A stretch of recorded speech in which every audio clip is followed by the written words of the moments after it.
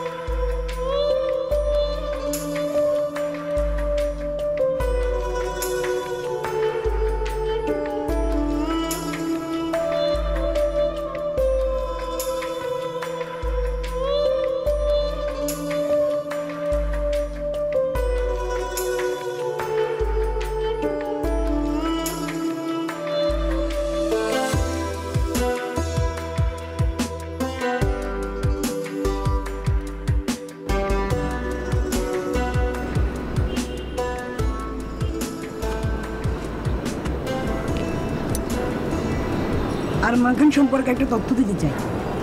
ফ্রিতে দিচ্ছি। কোন আরমান খান যেন? আপনার বাবার মেজো ছেলে। আমার বাবার মেজো ছেলে আরমান খান। কি খবর কুলখারির?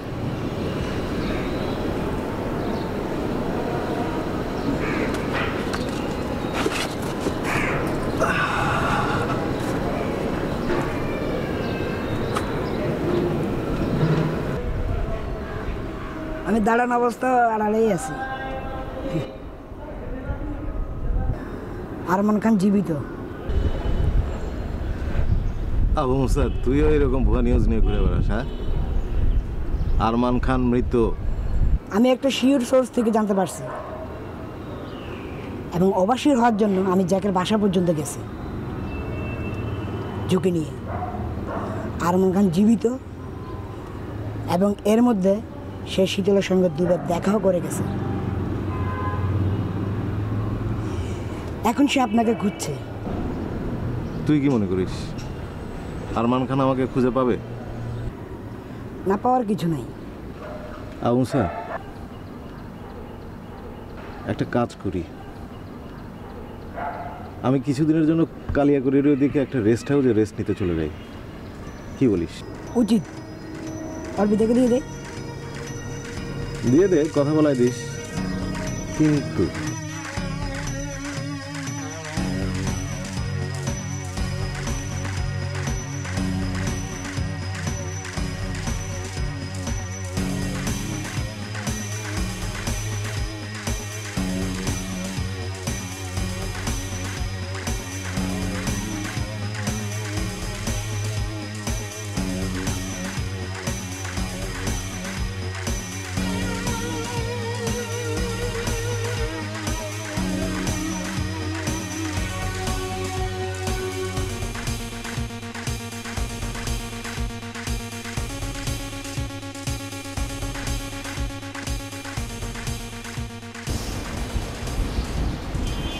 এটাই কি আপনার সেই জায়গা? আমার জায়গা না, 24 ঘন্টা অ্যাডভান্স চিন্তা করে ফেলছো। এই মুহূর্তে এই জায়গার মালিক আমি না, কিন্তু 24 ঘন্টা পর আমি মালিক হয়ে যাচ্ছি। বসো।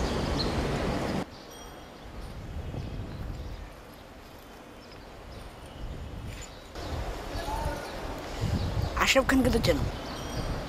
নাম শুনেছি বস। পরিচয় করিয়ে দিতে চেয়েছিলেন, কিন্তু কই দিলেন না তো। পরিচয় করে দেয় নাই। এবার পরিচিত হওয়ার একটা সুযোগ আসছে। কালকে তার সাথে তোমার দেখা হচ্ছে। তোমরা যাচ্ছ কালিয়াকৈর একটা রেস্ট হাউসে। এভাবে যেও না, একটা বুলেট প্রুফ জ্যাকেট পরে যেও। বুলেট প্রুফ জ্যাকেট কেন বস? সামান্য হাঙ্গামা টাঙ্গামার ব্যাপার আছে তো। কালিয়াকৈর পর্যন্ত যাইতে হবে না, তার আগে দেখবা সিলভার কালারের একটা গাড়ি তোমাদের গাড়ির সামনে। তখন হঠাৎ আশরাফ খানকে বলবা গাড়িটা থামাইতে। বলবা মাথা ঘুরতেছে। কি বলবা? মাথা ঘুরতেছে। এরপর গাড়ি থেমে যাবে, তোমার দায়িত্ব শেষ। এটা তোমার স্পেশাল মিশন, এর জন্য তোমার জন্য স্পেশাল পেমেন্ট।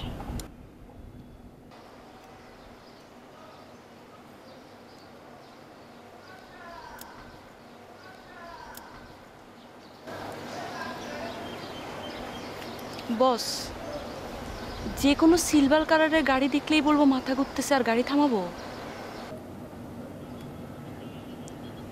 কালকে যখন তোমরা রওনা দিবা তখন আমি গাড়ির নাম্বার টেক্সট করে দিব। বস, আপনি বলছিলেন অন্য কারো কাজ করার আগে আপনাকে বলতে। তো বস, আমি একটা কাজের অফার পাইছি।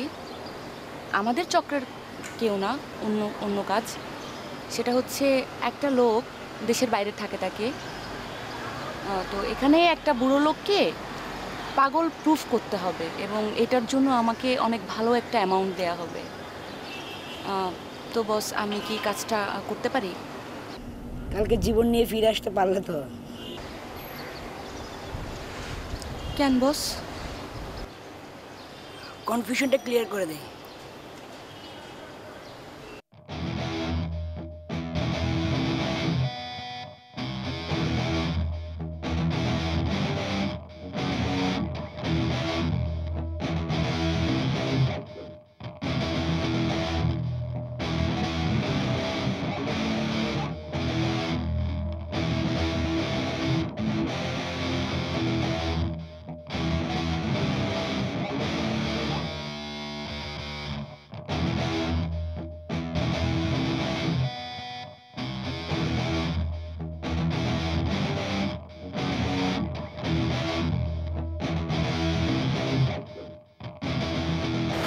ও হচ্ছে লিঙ্কন, অব্যর্থ নিশানা।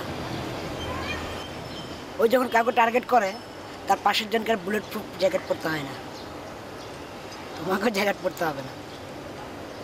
ওইটা আপনি মিশনের ধারণা দেওয়ার জন্য বলছিলাম।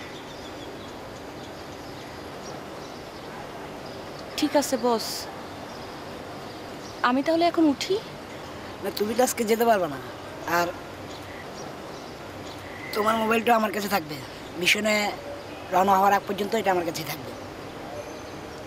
অবিশ্বাস করতেছি না, জাস্ট ঝুঁকি নিতে চাই না। আর তার আগে আশরাফ খানের সাথে লাউড স্পিকারের কথা বলে প্রোগ্রামটা ফিক্সড করে নাও।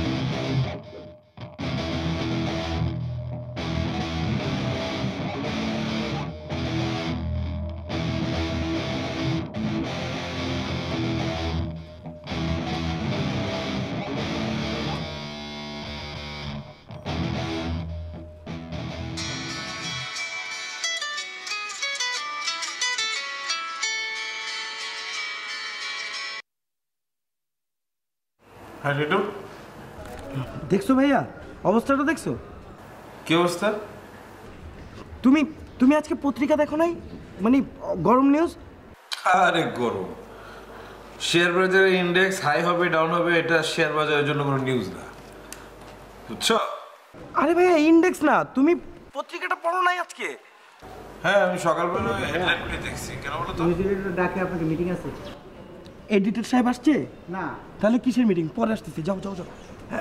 ভাইয়া আশরাফ খানের নিউজ দেখো নাই তুমি? কি আশরাফ খান? হ্যাঁ আশরাফ খান। কি আশরাফ খানের? আরে আমাদের পত্রিকা সব প্রায় সব পত্রিকাতে নিউজ এসেছে আশরাফ খানের নিহত হওয়ার খবর। কি বলো? তুমি এক কাজ করো, তুমি পত্রিকাটা দেখো আগে, তারপর আমি তোমাকে আবার ফোন দিচ্ছি। আচ্ছা ঠিক আছে, আমি এখনই পত্রিকা আনতে পাঠাচ্ছি। ওকে ওকে ওকে। হ্যাঁ মাসুদ, ভাই।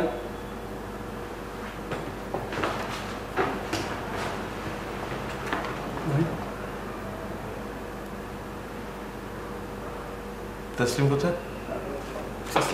আরে শোনো, কথা তো শেষ করলাম, তুমি তার আগে একদম দিতেছো। তসলিম কই? তাসলিম অফিসে রুমে কাজ করতেছে, ডাকবো? না ওকে ডাকার দরকার নেই, তুমি এক কাজ করো, তুমি ওরে পাঠাও 8-10টা আজকের নিউজ পেপার নিয়ে আসো, ঠিক আছে? হ্যাঁ পাঠাও। আর শোনো শোনো, 2-3টা ইংরেজি পত্রিকা নেও, সব বাংলা আনো না, ঠিক আছে? কোন কোন পত্রিকা নেবো? লিডিং নিউজ পেপার বুঝা। হ্যাঁ জলদি করো, জলদি আও।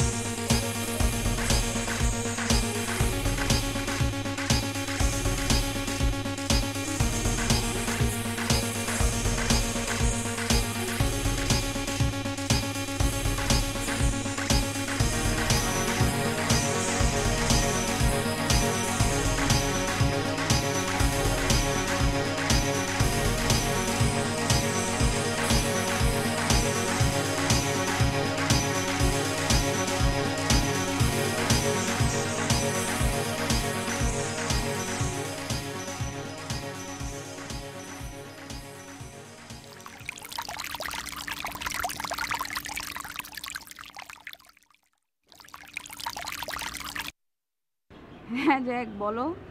Marine busy? বিজি না, ভিজি।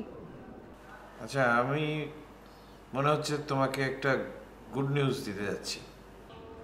জ্যাক প্লিজ, শেয়ার বাজার রিলেটেড কোনো গুড নিউজ আমি আসলে শুনতে চাই না। আর অন্য কোনো গুড নিউজ যদি তুমি আমাকে দিতে যাও তাহলে তুমি আমাকে 5 মিনিট পরে ফোন দাও, বিকজ ট্রুলি আমি এখন গুড নিউজ শোনার মতো অবস্থায় নাই। গুড নিউজটা হচ্ছে যে আমার মনে হচ্ছে যে আমি আর কিডন্যাপ হচ্ছি না, আর কখনো হব না।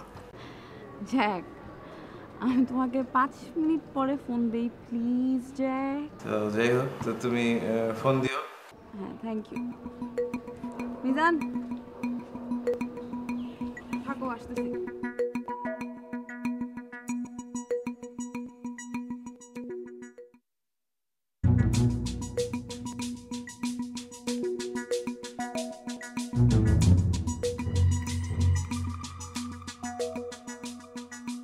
এটা কিভাবে ঘটলো? কিভাবে ঘটলো বস? তুমি আজকে পত্রিকা পড়ো না? জানো না? আজকের পত্রিকা?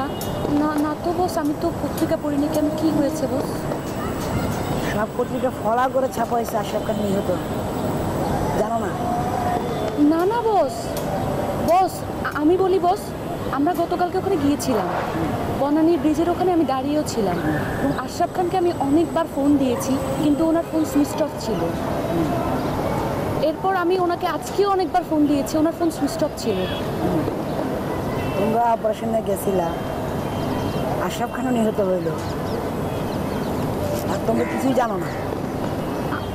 আমাকে জানাও না কেন কথাটা? বস বিশ্বাস করেন বস, আমি মারাত্মক ভয় পাইছি বস। আর ওই যে লোকটা আপনি দিয়েছেন না সাথে, লিঙ্কন ভাই, ওনাকে দেখে আমি অনেক বেশি ভয় পেয়ে গেছিলাম। কারণ হচ্ছে ওনার চোখ বস, ওনার চোখ অনেক অনেক ভয়ঙ্কর বস। আমি অনেক ভয় পেয়ে গেছিলাম। ভালোই হয়েছে কালকে আশরাফ খান আসে নাই।